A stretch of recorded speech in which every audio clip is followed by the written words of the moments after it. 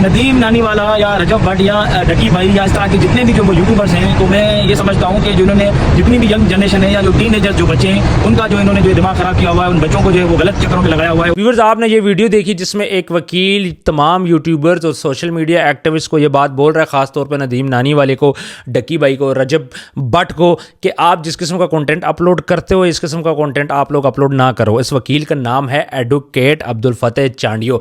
इसके अलावा नदीम नानीवाले को उन्होंने ये बात बोली है कि हम तुम्हें घसीट के कराची लाएंगे, तुम हमसे ज़्यादा दूर नहीं हो, लाहौर हमसे ज़्यादा दूर नहीं है। हम कराची में अगर आपके ख़िलाफ़ FIR कर सकते हैं तो हम फिर लाहौर के अंदर भी कर सकते हैं। और नदीम नानीवाले को उन्होंने बोला है कि आपको हम अपनी नानी याद करवा देंगे, आप औकात से बाहर हो रहे हो। नदीम नानीवाले के ख़िलाफ़ एप्लीकेशन इन्होंने फ़ाइल कर दी है, कराची कोर्ट में ये एप्लीकेशन है।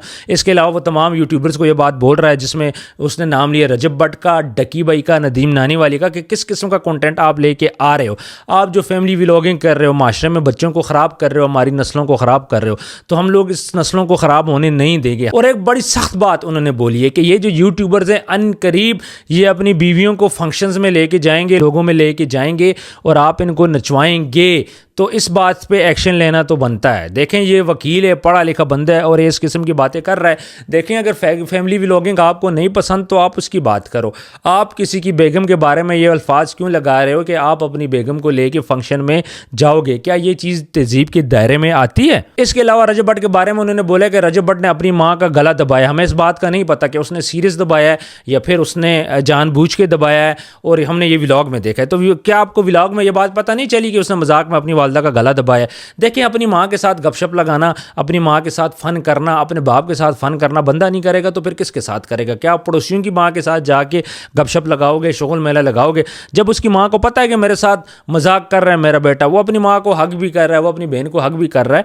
खैर, ये सारी चीज़ें रजब भट्ट कर रहा है जो चीज़ें उसको करनी चाहिए। डकी भाई भी अपनी बीवी से मोहब्बत कर रहा है। अब हम बात करते हैं फैमिली व्लॉगिंग की। देखें, आप बोल रहे हो हमारा माशरा ख़राब हो रहा है, बिल्कुल ठीक बोल रहे हो, हम आपकी बात के साथ एग्री करते हैं। लेकिन सिर्फ मुझे एक बात बताएं, क्या हमारे जो TV चैनल्स हैं, हमारे ड्रामों में, हमारे फिल्मों में और जो पाकिस्तान के अंदर इंडियन ड्रामे देखे जाते हैं, क्या उनके अंदर फाशी नहीं है? उनके अंदर बेहयाई नहीं है? उनके अंदर किसी की माँ, बहन, बेटी नहीं है क्या? जब आप रजब भट्ट के ख़िलाफ़, डकी भाई के ख़िलाफ़, नदीम नानीवाले के ख़िलाफ़ आप एक्शन ले रहे हो, तो आप वहाँ पे जाके एक्शन क्यों नहीं लेते? आपका इस्लाम वहाँ पे जाके कहाँ पे मर गया भाई? आपको पता है कि वहाँ से आपको सख्त जवाब मिलेगा, वहाँ से आपको व्यूज़ नहीं मिल रहे। रजब भट्ट ने ये शादी करके पता नहीं क्या कर दिया कि ये लोग सारे उसके पीछे पड़ गए। उसकी रीज़न सिर्फ और सिर्फ व्यूज़ हैं, बस सिर्फ और सिर्फ पैसा है। क्योंकि रजब भट्ट के ख़िलाफ़ आप केस कर रहे हो तो ज़ाहिर बात है आपको पूरी दुनिया देखेगी, आपका चैनल भी सब्सक्राइब भी होंगे, आपके टिकटॉक पे फॉलोअर्स भी बढ़ेंगे, मिलियंस में जाएंगे। तो ये तो बड़ा इजी वे है कि भाई आप नदीम नानीवाले को टारगेट कर लो, आप डकी भाई को टारगेट कर लो, आप रजब भट्ट को टारगेट कर लो, उनके खिलाफ आप एप्लीकेशन दे दो, उसके बाद फिर आप वीडियोज़ बनाओ। देखें, अगर आप इतने अच्छे थे तो आप वीडियोज़ क्यों बना रहे? आप अपने चैनल्स क्यों चला रहे हैं? आप अपना टिकटॉक क्यों चला रहे? अगर आपने रजब भट्ट के खिलाफ केस कर दिया था तो उसके पास समन चला जाता, उसको पता चल जाता। आप मीडिया पे क्यों आ रहे हो भाई? आप वीडियोस क्यों बना रहे हो? मुझे तो इस बात की समझ नहीं आ रही कि हमारे मुल्क के वकीलों को क्या हो गया है। आप नदीम नानीवाले की बात को इतना सीरियस क्यों ले रहे हो? उसने क्या बात कर दी यार? उसने जो भी बात कर दी कोई इतनी बड़ी बात नहीं की थी कि अब जाके आपको उसका गुस्सा आ गया इतने दिनों के बाद। क्यों? क्योंकि मियां बिलाल एडवोकेट ने जब रजब भट्ट पे केस किया उसको इतने व्यूज़ मिल गए कि तमाम वकीलों के कान खड़े हो गए। सब वकीलों ने उसके बाद बारी बारी अब निकल रहे हैं, किसी तरह रजब भट्ट के साथ अपने आप को कनेक्ट करने की कोशिश कर रहे हैं। दूसरा, अगर आपने केस करना है तो आप उलमा के ऊपर भी केस करो। वो जो उलमा जिन्होंने रजब भट्ट को सही बोला है, तमाम मसले के वो उलमा थे। इसके अलावा रजब भट्ट ने जब आके माफ़ी मांग दी तो उसके बाद आप यार इस नमाज वाले केस से क्या निकाल रहे हो? मेरी समझ से तो ये बात बाहर है। जब रजब भट्ट ने माफ़ी मांग दी है, वीडियो बना ली है, उसने अपने साथ उलमा को बिठा दिए, उलमा ने फतवे दे दिए, तमाम चीज़ें हो चुकी हैं, तो उसके बाद दोबारा उस पर बात करना कहाँ का इंसाफ है? आप रजब भट्ट को क्यों घसीट रहे हो? आप नदीम नानीवाले को, डकी भाई को आप क्यों घसीट रहे हो? अभी आपको फैमिली व्लॉगिंग से मसला है, आप अपने मसले अपने तक रखो भाई, आप ना देखो उनको चैनल। आपको अभी जाके अपना माशरा याद आया कि माशरे के अंदर क्या गंद हो रहा है? क्या आपको नहीं पता कि और क्या कुछ हो रहा है इस पाकिस्तान के अंदर? ठीक है, फैमिली व्लॉगिंग की मैं बात नहीं करता, वो रजब भट्ट का अपना फेल है, डकी भाई का अपना फेल है, लेकिन बहुत सारी पॉजिटिव चीज़ें जो उनकी व्लॉग से निकलती हैं, क्या वो आपको नज़र नहीं आ रही? क्या रजब भट्ट ये बात नहीं बोलता कि मैं बहुत ज़्यादा गरीब हूँ? क्या रजब भट्ट ये बात नहीं बोलता कि मैंने पैसा कमाया, अपनी मेहनत से कमाया, आप लोग भी कमा सकते हो? क्या हर बंदा उसके घर जो जाता है उनको शाउट आउट देता है कि नहीं देता? जहाँ पे आप रजब भट्ट के खिलाफ पे जा रहे हो वहाँ बहुत से लोग उनसे उनसे मोहब्बत भी करते हैं। 5 मिलियन फॉलोअर्स हैं, 50 लाख बंदा रजब भट्ट को डेली देखता है। तो हमें ये बातें भी सोचना चाहिए कि कहीं ना कहीं एंटरटेनमेंट ये लोग ज़रूर दे रहे हैं, कहीं ना कहीं ये लोग पॉजिटिव चीज़ें भी बता रहे हैं। जैसा कि वो बोलते हैं जी दोस्तों का ख्याल रखो। रजब भट्ट ने अभी अपने दोस्त को गाड़ी लेके दी है। देखें, पैसे का रेल फैल ज़रूर है। लोग ये बोलते हैं जी बच्चों के दिमाग ख़राब हो रहे हैं, तो अच्छी बात है, उनका दिमाग ख़राब होगा तो वो पैसा कमाना चाहेंगे ना।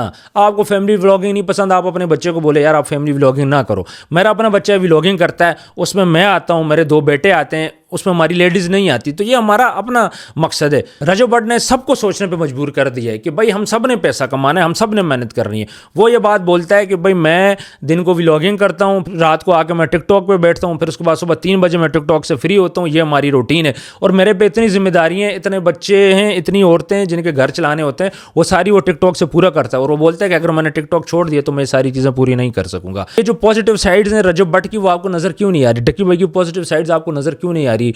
डक्की भाई ने अभी अपने एक होटल ओपन किया है एस्ट्रोलॉजी के साथ मिलकर 4 के नाम से। तो आप देखो वो कहीं ना कहीं बिजनेस तो करना चाह रहे हैं, लेकिन चाहे डक्की भाई हो, चाहे रजब भट्ट हो, चाहे नदीम नानी वाला हो, वो सब ये बात बोलते हैं कि यार हमारे पास गुर्बत थी, हम गरीब थे, हमने मेहनत की, हम लोग इस तरह आगे बढ़े, एक नई चीज़ वो लेके आए हैं। मुझे सिर्फ एक बात का आप जवाब दो, कितने ऐसे लोग हैं जिन्होंने फैमिली व्लॉगिंग स्टार्ट की है, उनका आज तक कहीं पे किसी को भी नहीं पता चला? आज से 6 साल पहले, 7 साल पहले भी लोग स्टार्ट कर चुके हैं, लेकिन अभी तक वो सामने नहीं है।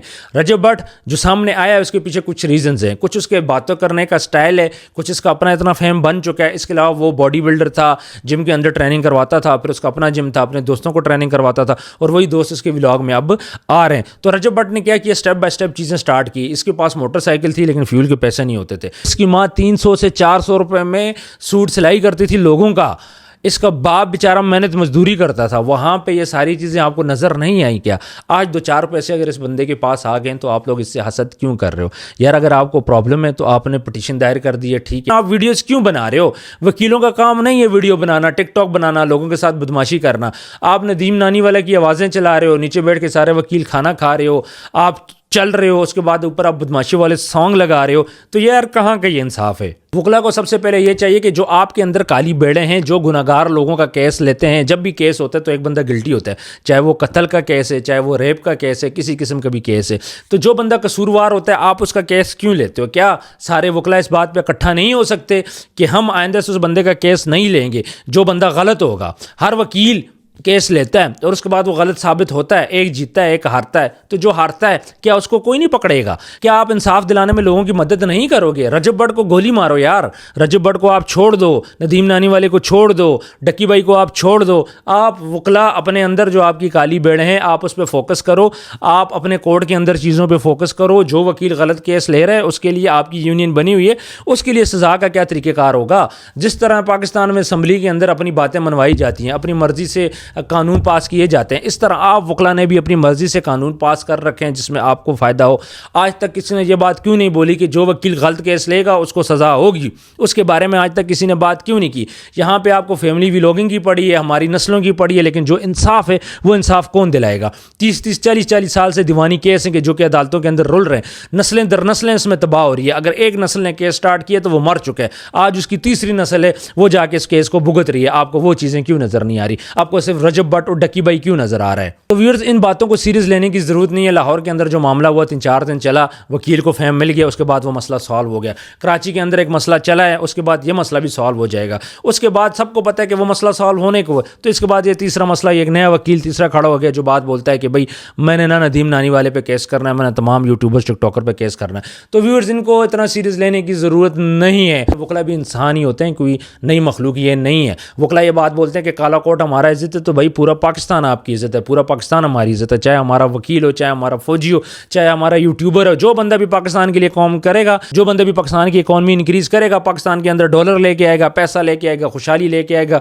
गरीब बंदों के पेट पालेगा, गरीब बंदों की मदद करेगा, हम उस बंदे के साथ खड़े हैं। चाहे वो रजब भट्ट हो, चाहे वो नदीम नानी वाला हो, चाहे वो डक्की भाई हो, चाहे वो कोई और बंदा ही क्यों ना हो, चाहे वो वकील ही क्यों ना हो, हर वो बंदा जो पाकिस्तान के अंदर कोई अच्छा काम कर रहा है हम उसके साथ खड़े हैं और हम उसके साथ खड़े रहेंगे। हम यही अपनी आवाज़ उठाते रहेंगे करेंगे, आपने व्लॉगर्स के खिलाफ केस करना है। तो व्लॉगर्स ने ये चीज़ें कहाँ से सीखी हैं? व्लॉगर्स ने पाकिस्तानी ड्रामों से सीखी है, पाकिस्तानी फिल्मों से सीखी है, इंडियन फिल्मों से सीखी है। तो सबसे पहले आप ये सारी चीज़ें पाकिस्तान के अंदर बैन करो, उसके बाद आप आके व्लॉगर्स को भी गिरबान से पकड़ लेना। तो व्यूअर्स कमेंट सेक्शन में आपने ज़रूर बताना है कि ये जो यूट्यूबर्स हैं इनके लिए दोबारा से एक परेशानी खड़ी होगी है, खासतौर पे रजब भट्ट के लिए और नदीम नानी वाले के लिए। इसके बारे में आप क्या कहेंगे? और ये जो सारा मामला है ये कब तक रुकेगा? क्या रजब भट्ट की शादी रजब भट्ट को इतनी महंगी पड़ेगी? रजब भट्ट जो यहाँ पे था ना, इन सारी आप लोगों की हरकतों की वजह से ना यहाँ तक चला गया।